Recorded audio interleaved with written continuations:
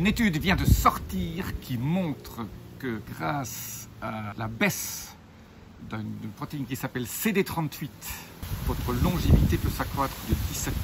17%, ça fait plus de 10 ans. Donc comment augmenter votre longévité de 10% en bonne santé grâce à la baisse de la protéine qui s'appelle CD38. CD38 qui fait baisser, l'augmentation de CD38 fait baisser le fameux NAD+, dont je parle très souvent, NAD+, qui est lié à votre niveau d'énergie. Donc comment avoir plus d'énergie, et en plus, vous allez perdre du poids. Et je vous dis ça tout de suite.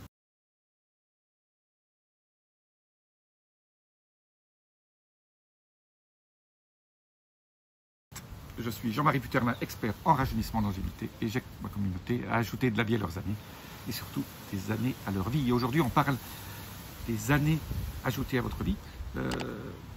Cette étude qui vient de sortir, qui fait le grand buzz partout sur Internet en ce moment, c'est pour ça que je voulais vous faire cette vidéo assez rapidement, confirme ce que je disais déjà dans des précédentes vidéos, que en fait, le taux de NAD+, était très lié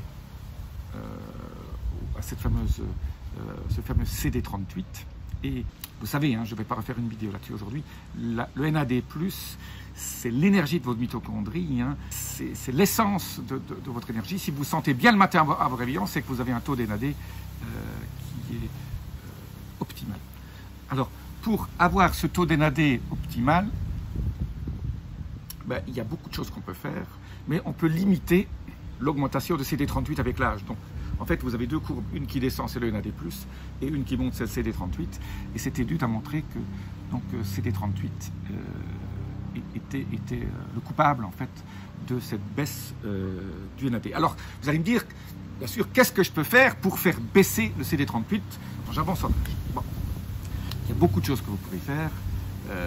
Bien manger, bien sûr, mais à faire de l'exercice, pas tout ce que je raconte toujours dans mes vidéos, mais il y a surtout un point important, c'est quelque chose qui s'appelle l'apigénine, permet de faire baisser le CD38, un peu comme la quercétine, dont je parle souvent, mais l'apigénine beaucoup plus. Alors on peut prendre des suppléments d'apigénine, moi je n'en prends pas, parce que en fait, l'apigénine, vous pouvez l'avoir via un certain nombre de plantes, dont la plus importante est le persil.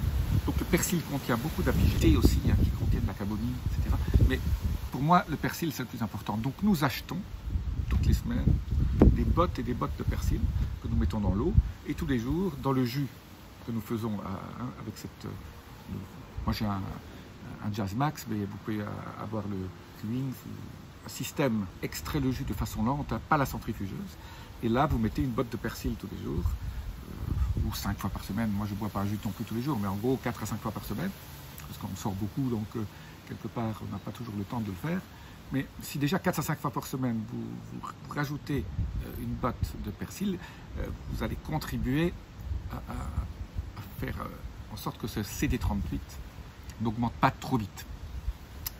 La deuxième chose qu'on peut faire, c'est la fameuse quercétine. Je vous parle souvent de la quercétine. Je vous en ai parlé quand il y avait le bug qui était là, qui faisait que la quercétine aidait le zinc à rentrer, à faire en sorte que ça soit biodisponible dans vos cellules. La quercétine, je vous ai fait des vidéos qui montrent que ça élimine les cellules sénescentes, les cellules sénescentes qui créent de l'inflammation. L'inflammation crée des maladies chroniques, toujours des trucs. Donc la quercétine est un bioflavonoïde qui est à l'origine de beaucoup de suppression de mauvaises choses. Les cellules sénescentes, c'est des mauvais. Alors, il ne faut pas éliminer complètement les cellules sénescentes, ça aussi, il ne faut pas être dans l'excès, c'est comme il ne faut pas prendre trop d'antioxydants non plus. Il faut que votre corps continue un peu à éliminer ces cellules sénescentes de lui-même, mais il faut l'aider. Il ne faut pas trop l'aider. C'est là où le curseur est un peu difficile à mettre. C'est comme les gens qui prennent trop d'antioxydants, ils meurent plus jeunes que les gens qui ne prennent pas d'antioxydants du tout. Ça a été démontré maintes fois. Donc, un peu d'antioxydants, c'est bien, trop d'antioxydants, c'est mauvais.